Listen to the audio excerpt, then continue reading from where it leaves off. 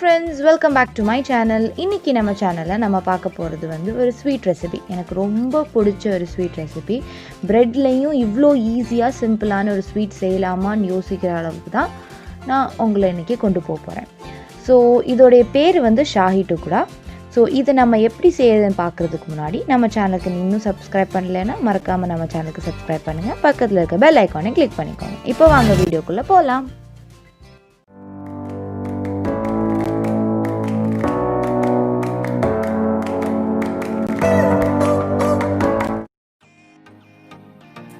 So first நம்ம அதுக்காக இங்கே சுகர் சிரப் பண்ணிடலாம். நான் சுகர் சிரப் பண்ணுறதுக்கு இங்கே வந்து 1.5 கப்பு தண்ணி வச்சுருக்கேன். அதில் நம்ம இப்போ 1/2 கப்பு சீனி ஆட் பண்ணிக்கணும்.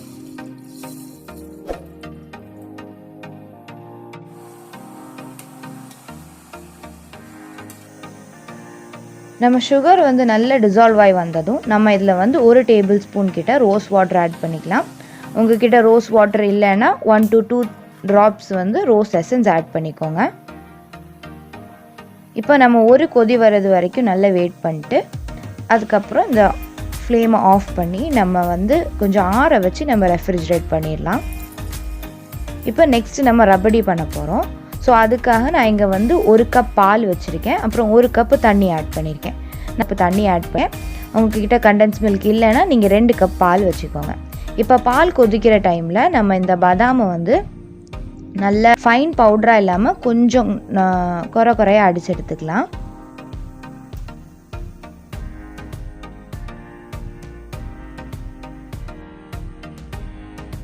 இப்போ இந்த மாதிரி பாதாமை அடித்து எடுத்து மாற்றி வச்சுக்கோங்க.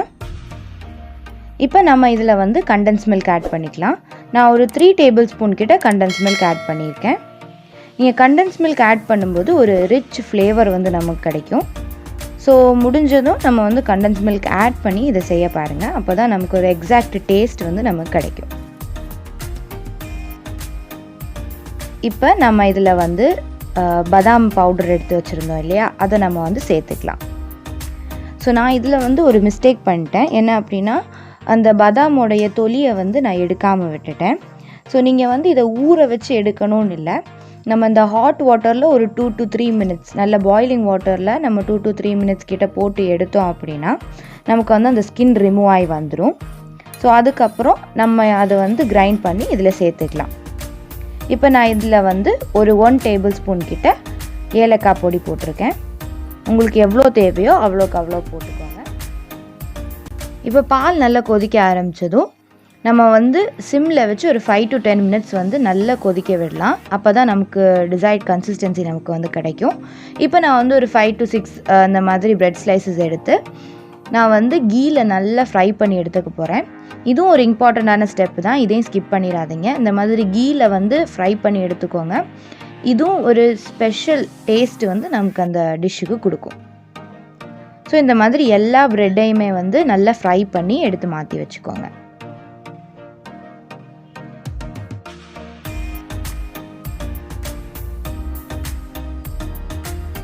இப்போ நம்ம வந்து அரேஞ்ச்மெண்ட் ஸ்டார்ட் பண்ணிடலாம். இதுதான் என்னுடைய ஃபேவரட் பார்ட்டு.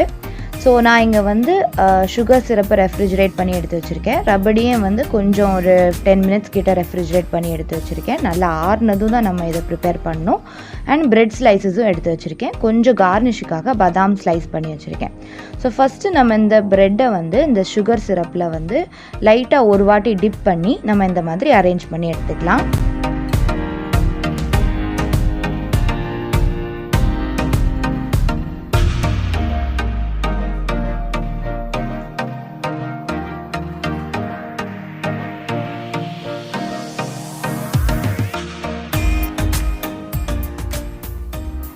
இப்போ இந்த பிரெட் ஸ்லைசஸ் இந்த மாதிரி அரேஞ்ச் பண்ணி முடித்ததும் நம்ம இந்த பிரெட் ரபடியை வந்து அது மேலே வந்து இப்படி ஊற்றி விடலாம். கொஞ்சம் ஜாஸ்தியாகவே வந்து ஊற்றிக்கோங்க. அப்போ தான் அந்த ப்ரெட்டு வந்து அப்படி அப்சர்வ் பண்ணி எடுக்கும்போது நமக்கு எக்ஸாக்ட் டேஸ்ட் வந்து நமக்கு கிடைக்கும்.